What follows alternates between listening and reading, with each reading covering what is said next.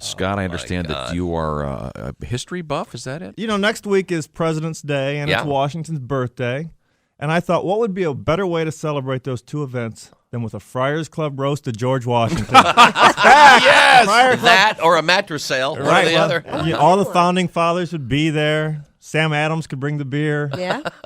Ethan Allen could bring the chairs. There you go. Yeah. And I think the jokes would be great. I think some will be. George Washington's a great man, but what's with the outfit? Knee-high boots, a silky blouse? Are you the father of this country or the fairy godmother? Seriously, if we wanted to be ruled by an old queen, we wouldn't have left England. And a powdered wig? If you start looking any more queer, they're going to put your picture on the $3 bill. Wow. Yeah. Hey, maybe you'd like me to introduce you to Benedict Arnold. Lord knows he'll go both ways. Speaking of flags, Betsy Ross is here tonight. What a frisky woman. Washington invited her to Mount Vernon. She was disappointed to learn it was a place.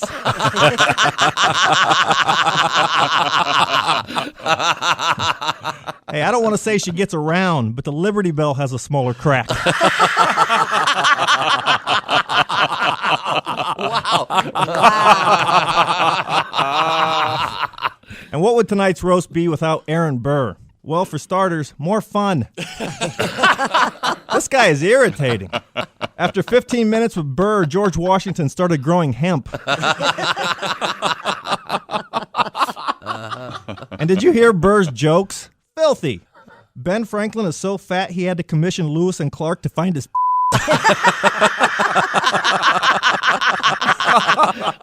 Ben Franklin has eaten more Dolly Madison than James? That's about as subtle as John Hancock writing his name in the snow. The only person laughing was Alexander Hamilton. For some reason, Aaron Burr really kills that guy. Now, George's wife, Martha, would be at the roast. Yeah. She'd have some good lines. George is the father of our country, yet he can't even father any children. The other night, Paul Revere was over. He was yelling, "The British are coming, the British are coming." I said, that's because they're not married to George. Hi-oh. Hello. Yeah. George has nothing going on downstairs. When he says he's sporting morning wood, it means he's putting his teeth in for breakfast. George was quoted as saying, "I cannot tell a lie." Well, I can. I've been faking it. On the bright side, at least we won't have a dim-witted son get elected president because he has the same name as his father. John Adams, I'm looking right at you.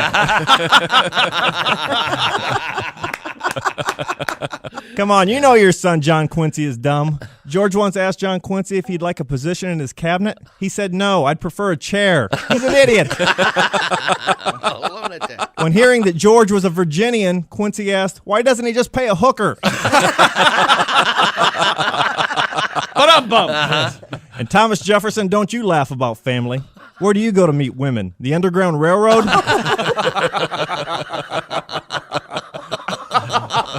Wow. Thomas Jefferson likes his women like he likes his coffee, hand-picked from a field.